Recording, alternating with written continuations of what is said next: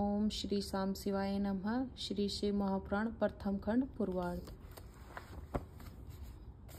विदेश्वर संहिता 12वां अध्याय। मोक्षदायक पुण्य क्षेत्रों का वर्णन। काल विशेष में विभिन्न नदियों के जल में स्नान के उत्तम फल का निर्देश तथा तीर्थों में पाप से बचे रहने की चेतावनी। सूत जी बोले, हे बुद्धिमान महर्षियों, मोक्षदायक शिव क्षेत्रों का वर्णन सुनिए। तत्पश्चात मैं लोक रक्षा के लिए शिव संबंधी आगमों का वर्णन करूंगा। पर्वत, वन और काननों सहित इस पृथ्वी का विस्तार 50 करोड़ योजन है। भगवान शिव की आज्ञा से पृथ्वी संपूर्ण जगत को धारण करके स्थित है। भगवान शिव ने भूतल पर विभिन्न स्थानों में वहां के निवासियों को कृपापूर्वक मोक्ष देने के लिए शिव क्षेत्र का निर्माण किया है। कुछ ऐसे क्षेत्र हैं जिन्हें देवताओं तथा ऋषियों ने अपना वास स्थान बनाकर अनुग्रहित किया है, इसलिए उनमें तीर्थ तत्व प्रकट हो गया है। तथा अन्य बहुत से तीर्थ क्षेत्र ऐसे हैं जो लोगों की रक्षा के लिए स्वयं प्रादुर्भूत हुए हैं। तीर्थ और क्षेत्र में जाने पर मनुष्य को सदा स्नान, दान और जप आदि करने चाहिए, अन्यथा वह रोग, दरिद्रता तथा मूर्खता आदि दोषों का भागी होता है। जो मनुष्य इस भारतवर्ष के भीतर स्वयंभू तीर्थों में वास करके मरता है, उसे पुनः मनुष्य योनि ही प्राप्त होती है। हे ब्राह्मणों, पुण्य क्षेत्र में पाप कर्म किया जाए तो वह और भी दृढ़ हो जाता है। अतः पुण्य क्षेत्र में निवास करते समय थोड़ा सा भी पाप न करें। जिस किसी भी उपाय से मनुष्य को पुण्य क्षेत्र में वास करना चाहिए। सिंधु और गंगा नदी के तट पर बहुत से पुण्य क्षेत्र हैं। सरस्वती नदी परम पवित्र और 60 मुख वाली कही गई है, अर्थात उसकी 60 धाराएं हैं। जो विद्वान पुरुष सरस्वती की उन धाराओं के तट पर निवास करता है, वह क्रमशः ब्रह्म पद को पा लेता है। हिमालय पर्वत से निकली हुई पुण्य सलीला गंगा 100 मुख वाली नदी है। उसके तट पर काशी आदि अनेक पुण्य क्षेत्र हैं। वहां मकर राशि के सूर्य होने पर गंगा की तटभूमि पहले से भी अधिक प्रशस्त एवं पुण्यदायक हो जाती है। सोनभद्र नदी की 10 धाराएं हैं। वह बृहस्पति के मकर राशि में आने पर अत्यंत पवित्र तथा अभिष्ट फल देने वाला हो जाता है। उस समय वहां स्नान और उपवास करने से विनायक पद की प्राप्ति होती है। पुण्य सलीला महानदी नर्मदा के 24 मुख हैं। स्रोत है मुख मतलब स्रोत है। उसमें स्नान तथा उसके तट पर निवास करने से मनुष्य को वैष्णव पद की प्राप्ति होती है।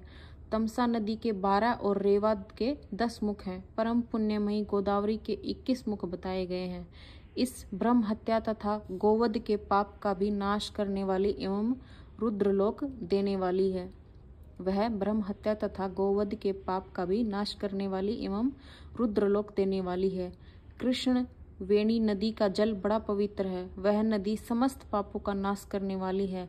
उसके 18 मुख बताए गए हैं तथा वह विष्णु लोक प्रदान करने वाली है। तुंगभद्रा के 10 मुख हैं। वह ब्रह्मलोक देने वाली है। पुण्य सलीला स्वर्णमुखरी के 9 मुख कहे गए हैं। ब्रह्मलोक से लौटे हुए जीव उसी के तट पर जन्म लेते हैं। सरस्वती, पंपा, कन्याकुमारी तथा शुभकारक श्वेत नदी, ये सभी पुण्य क्षेत्र हैं। इनके तट पर निवास करने से इंद्रलोक की प्राप्ति होती है। सही है, पर्वत से निकलती हुई महानदी कावेरी परम पुण्यमयी है। उसके 27 मुख बताए गए हैं। वह संपूर्ण अभीष्ट वस्तुओं को देने वाली है। उसके तट पर स्वर्गलोक की प्राप्ति कराने वाले तथा ब्रह्मा और विष्णु का पद देने वाले हैं। कावेरी के तट जो शैव क्षेत्र के अंतर्गत हैं, वे अभिष्ट फल देने के साथ ही शिवलोक प्रदान करने वाले भी हैं। नैमिषारण्य तथा बद्रिका आश्रम में सूर्य और बृहस्पति के मेष राशि में आने पर यदि स्नान करें तो उस समय वहां किए हुए स्नान पूजन आदि को ब्रह्मलोक की प्राप्ति कराने वाला जानना चाहिए।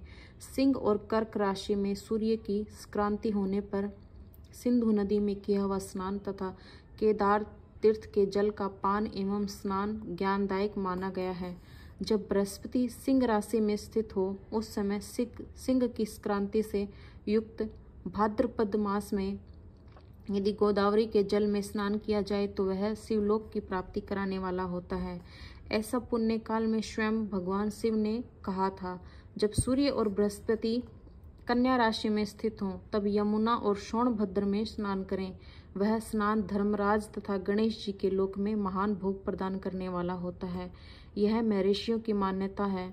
जब सूर्य और बृहस्पति तुला राशि में स्थित हों उस समय कावेरी नदी में स्नान करें।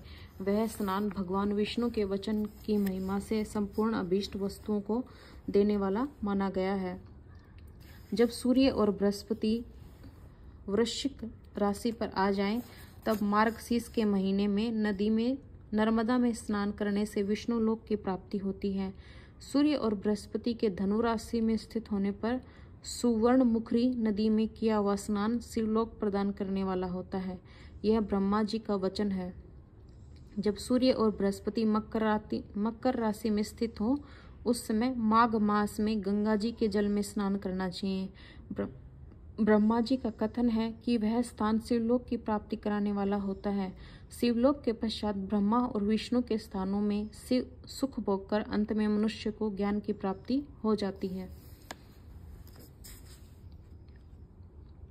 माघ मास में तथा सूर्य के कुंभ राशि में स्थित होने पर फाल्गुन मास में गंगा जी के तट पर किया हुआ श्राद्ध,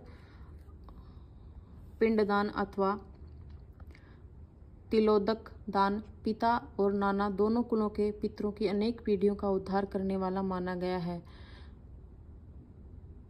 सूर्य और बृहस्पति जब मीन राशि में स्थित हों तब कृष्णवेणी नदी में किए गए स्नान की ऋषियों ने प्रशंसा की है। उन महीनों में पूर्वोत्तक तीर्थों में किया हुआ स्नान इंद्र पद की प्राप्ति कराने वाला होता है। विद्वान पुरुष गंगा अथवा कावेरी नदी का आश्रय लेकर तीर्थवास करें।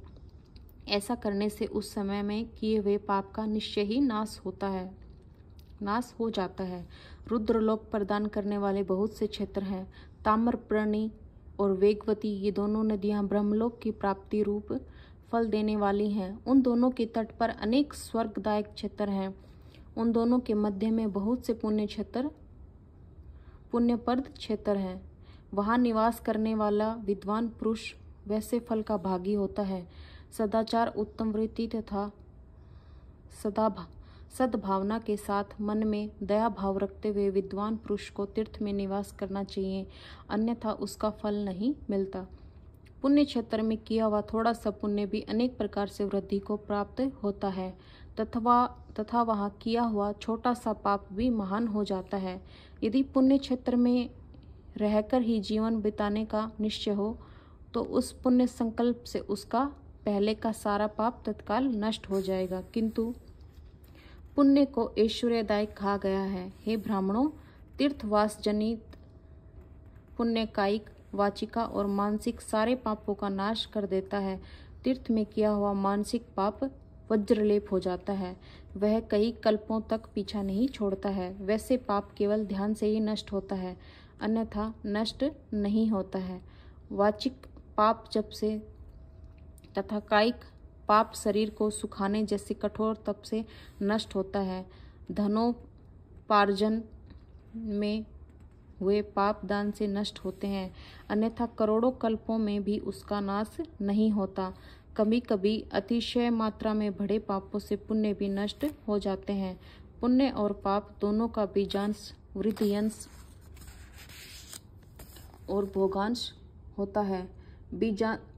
बीजांश का नाश ज्ञान से और वृद्ध्यांश का ऊपर लिखे प्रकार से तथा भोगांश का नाश भोगने से होता है।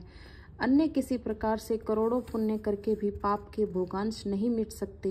पाप बीज के अंकुरित हो जाने पर उसका अंश नष्ट होने पर भी शेष पाप भोगना ही पड़ता है।